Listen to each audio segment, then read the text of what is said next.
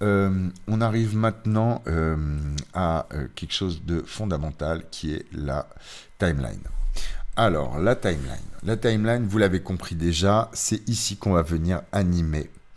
Et qu'on va ajouter ce qu'on appelle ici, sur ces petits minuteurs, ces petits chronomètres qui d'ailleurs qui sont un peu partout dans le logiciel. Si on retourne dans notre fenêtre effet, boum, on verra qu'en fonction de certains, ben là aussi on a des chronomètres. Et quand je viens sélectionner un calque que je fais U, je peux voir si j'avais déjà, bon ça on va l'utiliser très souvent, U c'est quelque chose, vous l'utiliserez très souvent, ce sera pour venir voir justement les images clés qu'il y a à l'intérieur d'un calque. Par contre, vous ne verrez pas les images clés qui sont à l'intérieur d'une précomposition, ok. Là j'appuie sur U, il n'y a rien, pourtant à l'intérieur de la précomposition, j'ai mes images clés, donc voilà. Très bien. Donc, on en revient donc au début de l'animation, donc les petits minuteurs. Avant d'aller plus loin, on va déjà bien tout déplier. On va enlever celui-là, ok, et on va bien tout déplier. On voit ici que là déjà, hop, voilà, j'ai, alors temps rendu, voilà, voilà. Là, pour gagner, des fois à terminer. Là, effectivement, des fois, c'est assez agréable et pratique d'avoir comme ça une très longue timeline pour bien pouvoir voir ce qu'on est en train de faire.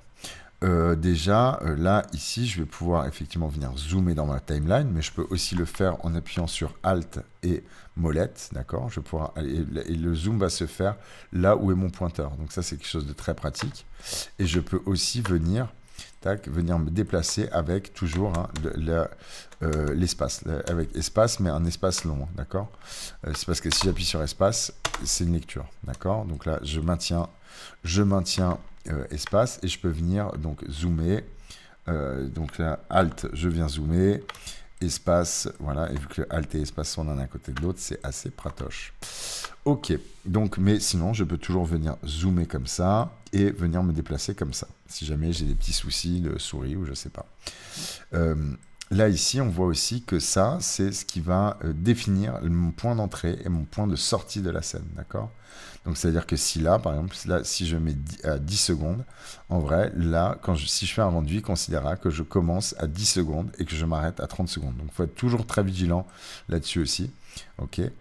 Des fois, quand on bosse, on peut juste se dire que là, j'ai envie de rendre par exemple jusqu'à 3 secondes, boum, et là, il va boucler là-dessus jusqu'à 3 secondes. Là, si j'avance et que j'appuie sur espace, alors attendez, hop. Alors là, il ne le fait pas parce qu'effectivement, là, ce sera dans... elle n'y est pas. Donc là, fenêtre, prévisualisation, ici. Celui-là est assez important, effectivement. Instant courant, non. On va faire début de plage, effectivement. Et donc là, j'ai beau me mettre ici, si je... Ah ben non, pourquoi? Espace de travail étendu, zone de travail, voilà. Voilà, c'est ça. Donc là, si j'appuie sur espace, il va uniquement me rendre ma zone de travail. Et donc là, en l'occurrence, elle est bouclée, effectivement. Là, je pourrais très bien dire que c'est une fois et elle s'arrête. Alors attendez, hop. Non, pourquoi pour modifier les options de boucle, ouais, lecture unique. Ah voilà, ouais, c'est ça, lecture unique. Donc là, c'est alors hop, une fois. Voilà, il s'est arrêté. Donc là, ici, prévisualisation. Donc c'est là où je peux faire play, stop, aller une image après, une image avant, aller à la fin. Donc là, je vais tout à la fin de la séquence ou alors tout au début de la séquence, d'accord. Les raccourcis, là, effectivement, barre d'espace. Mais on peut aussi mettre pavé numérique 0. Donc là, on va pouvoir définir comment on veut lire notre séquence, d'accord. Là, ici, c'est pour réinitialiser toutes les options de prévisualisation.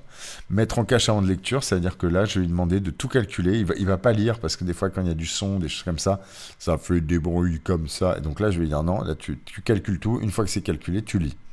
Je peux lui demander de calculer avec ou sans le son. D'accord.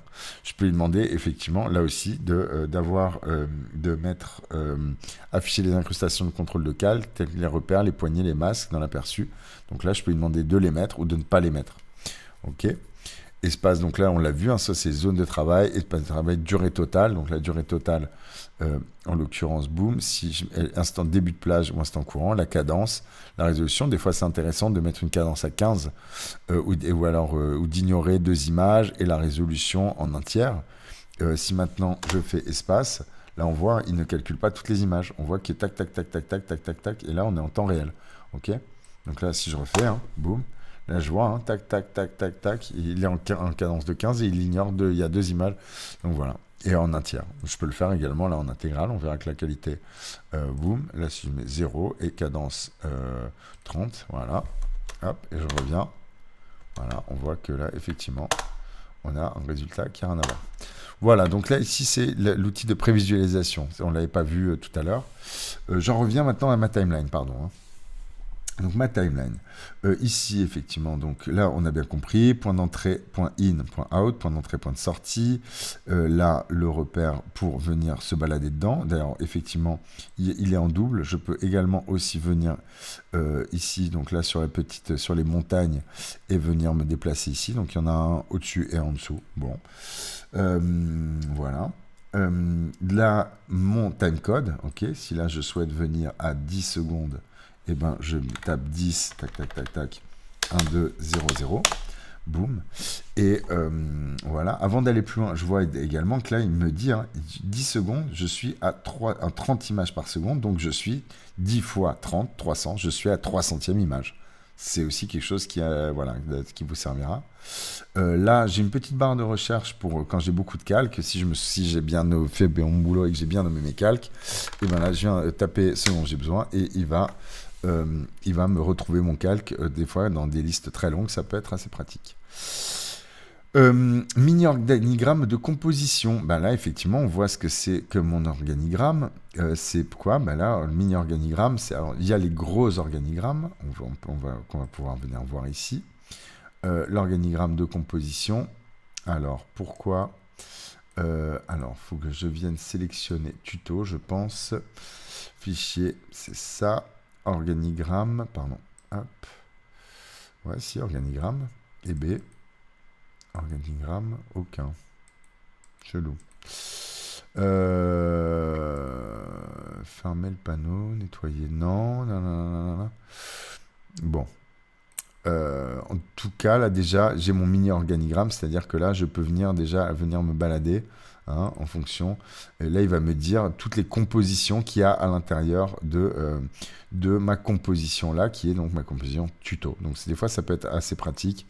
Voilà, quand on a des précomptes, de venir voir, on peut venir comme ça se balader et savoir tout de suite, par exemple, si c'est sur mon fond, mon background, mon personnage, mon texte animé, mes éléments, voilà.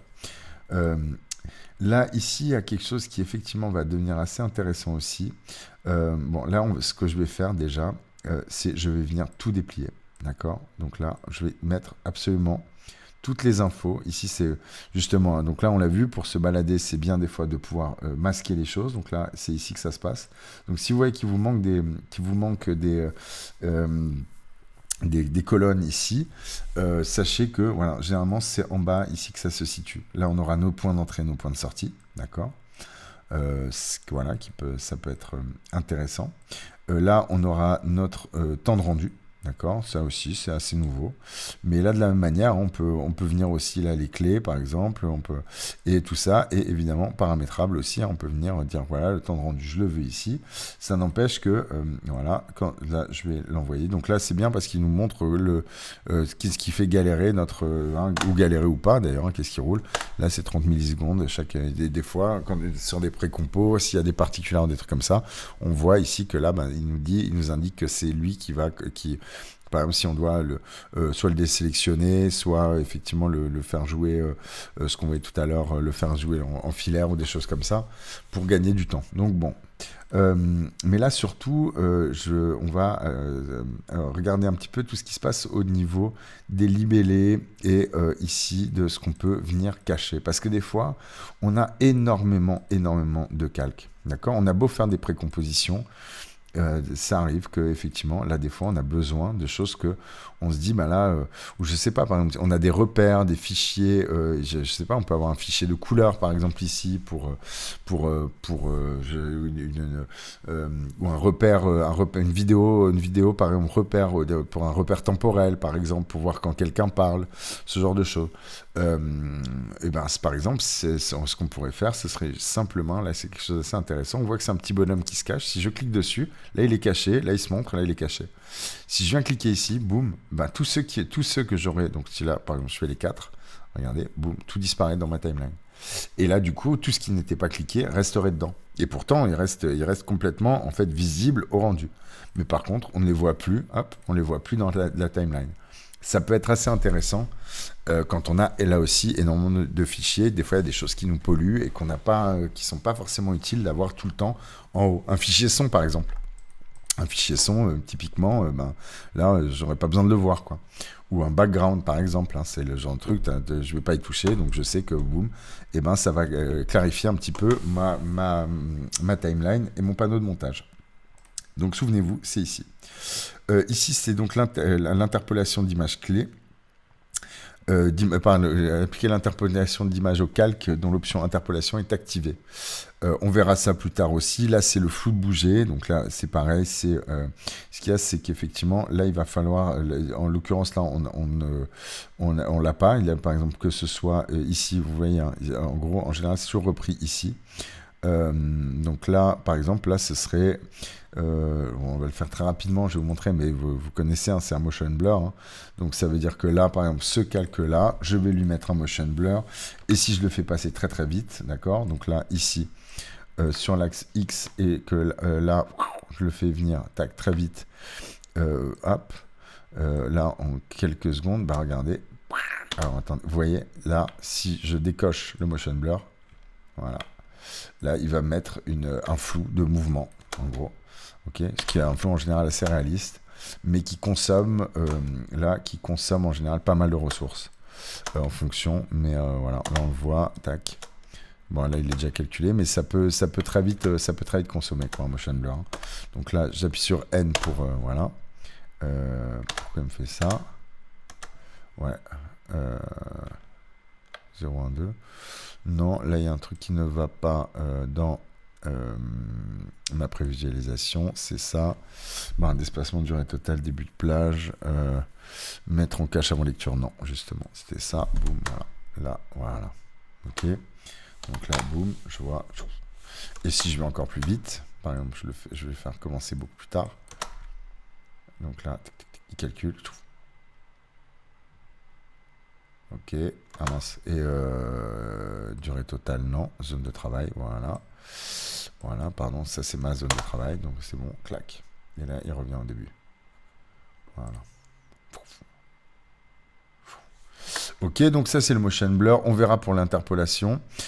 Ici, alors ça, celui-là, il va être très important. Ok. On va peut-être pas le voir maintenant, mais vous saurez qu'il est là, d'accord. Ici, ça va être le graphe. Hop. C'est le graphe de vitesse, c'est le graphe de mouvement. Celui-là, il est vraiment, c'est voilà l'éditeur graphique, hein, donc c'est vraiment quelque chose qui est hyper important parce que c'est ce qui va nous permettre de créer en fait des courbes sur nos mouvements, hein, et d'avoir des animations beaucoup plus fluides avec des choses beaucoup plus rationnelles en fait, hein, si vous voulez. Donc ça, c'est quelque chose qu'on va utiliser régulièrement. Et donc alors attendez, tac, on va pas s'attarder là-dessus maintenant parce qu'effectivement c'est quasiment, on aura un cours spécialement là-dessus, mais sachez que si vous le cherchez, c'est ici qu'on le trouve, le modifier le graphique de valeur. Donc voilà, c'est vrai que c'est vraiment un indispensable. Et c'est comme ça qu'on peut obtenir, là on voit effectivement, là on va voir que là par exemple au début, il part alors regardez, on va juste faire sur celui-là, on voit qu'au début, il part doucement, il accélère en fait, hein, il accélère, Donc voilà, c'est ici, l'éditeur de graphes est ici. On verra, ça, il y aura un cours là-dessus en particulier. Et on a vu également où masquer un peu tout ça, les différents trucs. On va regarder d'ailleurs ça maintenant. Donc on a vu. On a vu quoi? On a vu que là, si on voulait aussi, d'ailleurs, désélectionner, hein, là, je veux rendre invisible. Là, pour le coup, c'est par contre, c'est différent d'ici. Hein. Là, c'est rendre invisible dans le panneau de... dans la timeline, donc dans le panneau de montage. Là, c'est carrément, là, je désélectionne, il est plus visible nulle part, d'accord? Il est visible sur ma timeline, sauf si je fais ça en plus, voilà. Il est plus visible sur ma timeline, il est surtout plus visible dans mon master, hein, dans ma composition, d'accord? Là, c'est le son, donc là, j'ai aucun calque avec du son, mais si je venais prendre un calque avec du son, donc vidéo, boom, un des tutos de tout à l'heure, je vais en prendre celui-là par exemple, tac, je le mets ici. Là par exemple, hein, ça peut être, là imaginons que j'ai un fichier son et que je veuille que mon titrage il corresponde correctement. Là ouais, lui par exemple, je viendrai le cacher. Je viendrai enlever par exemple ou pas, hein, c'est voilà, je peux enlever, mais là du coup, et effectivement ici, là j'aurai le son. Alors on n'entend pas bien parce que là je parle des principaux panneaux, voilà, des principaux panneaux par exemple, et des principaux panneaux. Voilà, et d'ailleurs, on va venir, je vais le garder ici, je le décoche pour en fait le rendre le muter, quoi, pour qu'on n'entende plus. Là, je peux évidemment, vous l'imaginez bien, hein, là, tac, c'est assez pratique, parce que là, si je veux, par exemple, pouvoir toucher, là, en l'occurrence, si je veux venir prendre ma forme ici, là, ok, là c'est cool parce que je l'ai sélectionné avant. Si je viens là, non, c'est le premier que je viens, en fait, c'est le premier qui va être sélectionné. Donc des fois, c'est pratoche de venir, hop, et là, je sais que là, d'un coup, je peux venir directement sélectionner ça. Donc là, voilà, des fois, ça va être... évidemment, si je viens comme ça et que donc même sur une très longue liste, hein, je prends le premier, je clique sur le premier, je descends tout en bas de ma liste, j'appuie sur Maj, je clique, et que ensuite je fais ça, là, il y aurait tous mes calques qui seraient verrouillés. Bon, là, les libellés. Alors, le libellé, c'est hyper important parce que là, en l'occurrence, moi, je vous invite quand même, quand vous avez des éléments, par exemple, un texte, donc là, bon, en l'occurrence, on peut le masquer dans le sens où... alors, attendez, hop, non, on va le mettre, libellé, mais par contre, là, il marque que c'est orange, c'est pas forcé, voilà. On peut venir, là, orange, on s'en fout. Par contre, c'est important de venir et de mettre, alors soit aucun, par exemple, là, on peut en mettre aucun, donc ça va être gris. Mais de venir en fonction de la nature de nos calques, par exemple, une précomp, le texte, je vais le mettre d'une couleur, le fond d'une autre couleur, et quand et d'avoir comme ça des compositions qui soient bien claires au niveau visuel, d'accord? Ça, c'est assez important. Parce que du coup je sais que bon là déjà en plus j'ai même pas nommé les trucs, hein. Bon lui en l'occurrence c'était une forme, ok, mais si je mets rectangle intro par exemple, ok, je sais que par exemple toutes mes formes, lui et lui par exemple, je sais que ce sont des formes, je les mets en orange par exemple, et lui je sais que c'est une image, je vais le mettre en pourpre, ok, et ça va m'aider quand même à voir un petit peu, à pouvoir me repérer, ok. Je laisse ici, la qualité de l'échantillonnage, c'est important, mais c'est vrai que pour l'instant, là, c'est les effets. Si on a des effets dessus et là, on peut juste venir les désélectionner, c'est-à-dire que là, d'un coup, c'est pas mal pour gagner du temps. Hein. C'est-à-dire que là, en l'occurrence, là, effectivement, on a des effets. Là, je viens juste les enlever. Comme ça, au moins, c'est des choses qui ne seront pas calculées. Alors voilà, ça aussi. Les calques, ça, alors important. Donc, les effets appliqués à ce calque s'appliquent à l'ensemble des calques situés sous lui. C'est-à-dire que là, si je clique cela, forcément, les effets ils vont aussi s'appliquer déjà aux calques qui sont à l'intérieur de ma forme et à ceux qui sont là, en l'occurrence, au background, par exemple. D'accord ? Donc, si par exemple, je mettais ça en dessous, ok, je vois qu'effectivement, les calques, là, je vois que les calques sont appliqués en dessous, alors que là, hop, je vois qu'il il l'utilise un petit peu comme un cache, en fait, d'accord ? On l'utilise, en réalité, je ne sais pas si on l'utilise tellement que ça, moi pas tant. Les modes, bon, vous connaissez, hein, les modes d'incrustation, enfin, pardon, les modes de fusion, ça vous connaissez. Je vous laisse un peu bidouiller. Il y en a quelques-uns qui sont assez notables, mais bon, voilà, on ne creusera pas là maintenant tout de suite. Application d'un cache, ça c'est vraiment pas mal. L'application d'un cache, ça va être par exemple, donc là, qu'est-ce qu'on va faire? On va dire que nos cercles, donc là, pardon, là aussi, hein, c'est quand je veux isoler quelque chose. Donc on est d'accord qu'on a visible, le son. Là, c'est isolé en solo, d'accord, et verrouillé. Donc là, je vais mettre que mes formes, non pas celle-là, je vais mettre que mes cercles. Et donc dans mes cercles, j'ai aussi mon blabla, d'accord. Et en fait, je veux que boum, ouais. Je veux que mes cercles, ils ne soient que visibles à l'intérieur d'image tuto PNG. Je veux qu'en gros, image ça, ce soit un masque, d'accord? Je veux plus voir sa tronche. Je veux que mes cercles se voient à l'intérieur de lui. Donc là, ce que je vais faire, tac, tac, tac. Là, là j'ai fait parent, pardon, je me suis trompé. Hop, je vais un petit peu augmenter ça. Du coup, le cache, je vais prendre le cache, je vais soit le cliquer avec le petit lasso, je vais cliquer dessus. Voilà. Et là, je vois que déjà, je peux le faire soit en fonction de la luminosité, soit en fonction du cache complet, ou inverser le cache, d'accord? Donc, et là, regardez, hop, là, du coup, c'est parfait. Il est pile poil. Là, du coup, tout le reste est planqué. Voilà. Et là, je peux avoir... Comme ça, c'est assez pratique. Ça aussi, ça fait... C'était pas le cas avant, et c'est un outil qui est assez pratique.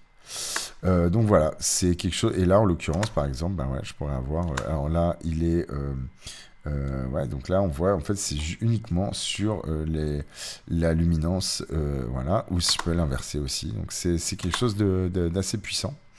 Et là, j'ai juste à faire pas de cache. Je peux soit venir lui dire que c'est, ben là par exemple, je sais pas, un tuto interface. Donc là, c'est, en l'occurrence, c'est lui. Hein, donc là, il faudrait que je vienne le bouger. Voilà, bon. Mais donc soit ça, soit avec le lasso. C'est assez pratique. J'oublie, pas de cache. On rallume tout le monde. Boum. Ok. Et les parents et les liens, ça c'est cool aussi. C'est que donc là, on va voir. Donc là, j'avais ma petite animation là, d'accord. Et ben maintenant, j'ai envie en fait que là, en fait, je trouve ça cool. Et ben moi, je veux que mon image, et ben à ce moment-là, donc alors, on va garder juste le petit rectangle, ok, et mon image. Et ben là, donc là, je pourrais dire que c'est à partir de maintenant. Par exemple, regardons, hein, là, je vais lui dire maintenant, mon image, elle va être parentée sur mon rectangle. Et là, du coup, elle va suivre le mouvement de mon rectangle. Quand il va bouger, lui aussi va bouger, ok. Si maintenant, donc là, j'ai fait CTRL Z, je vois qu'il n'est plus parenté à rien, je vais venir et faire tac, tac, tac, tac, tac, tac, tac. Maintenant, il va être... C'est qu'à partir de ce moment-là, donc là, c'est là où je vais lui dire on est parenté. Les deux sont parentés. Mais attention, il y a des images avant. Donc lui, d'un coup, maintenant, il va se parenter à lui. Donc ils vont bouger l'un avec l'autre. D'accord? Ou alors, ce que je peux faire aussi, au cas... D'accord, donc voilà, alors je fais CTRL Z, CTRL Z. Voilà. Là, je vais attendre. Et une fois que lui est passé, tac, qui s'est calé, je vais lui demander à ce moment-là de venir et de se caler sur le rectangle. Si bien que, en fait, lui, quand il va venir, il va se déplacer. Ok, et ça peut être assez pratique pour pas mal de choses. Regardez, par exemple, hop, clac, pour passer d'un tableau à l'autre, pour voilà. Parce que là, en gros, je pourrais très bien dire que ben là, en l'occurrence, ou par exemple, hein, je vais le faire. Je vais faire un solide, d'accord? Que là, je vais faire d'une autre couleur. Ok, très flashy. Ok, on va dire tab 2 ou scène 2. Ok, underscore 2. Voilà. Lui, effectivement, je vais le mettre en dessous. D'accord. Je vais, donc là, il est là, là, il est là, ok, tac. Tout cela, en fait, je vais tous leur dire, sauf le 3, je vais tous leur dire de suivre ce petit rectangle. Donc lui, c'est lui qui va vraiment venir, voilà. Et, alors attendez, tac, tac, tac, voilà. À partir de ce moment-là, là, lui aussi, hop, je vais lui dire de suivre. Et là, ce qui se passe, c'est que ça, si même, donc là maintenant, j'ai ça. Si maintenant je mets yes, oh non, Yes. Tac, tac, tac. Je fais n'importe quoi, hein, allons-y vite. Boum, boum, boum. Ok. Là, hop, hop, je viens, je le mets là. Et lui, ben, par exemple, je le mets aussi sur rectangle intro. Donc, là, il y a un petit souce. Je vais venir plutôt là, le caler. Donc là, on est au tout début. Donc là, on est d'accord. Hein. U. Voilà. Et ben là, qu'est-ce qui va se passer? Yes, il va suivre. Tout le monde va suivre, en fait. Et je vais passer d'un tableau à l'autre. D'accord? Et là, par exemple, si maintenant, à ce moment-là, voilà, yes, boum, et là, tout le monde suit. C'est lui, en fait, par contre, c'est lui qui décide qui va quand ou quoi. C'est-à-dire que si là, lui, je crée une nouvelle image clé, tout le monde va le suivre, d'accord? Donc, ça veut dire que là, tout le monde va faire wow, comme ça, par exemple, ok? Bon, c'est une manière, ça, c'est ce qu'on appelle le parentage. On verra ça plus loin. Les clés, ben là c'est si on veut rajouter une clé, bon voilà, hein, ça c'est pas très compliqué. Entrée, sortie, extension, bon voilà, on va là c'est si on souhaite raccourcir, enfin bon, on verra ça c'est des choses qu'on verra peut-être encore un peu plus tard. Je crois que globalement, on a plus ou moins fait le tour de l'introduction de la présentation des panneaux. Il y a encore évidemment, il y a des outils encore, hein, l'outil marionnette, l'outil positionnement de coin de marionnette, l'outil roto-pinceau.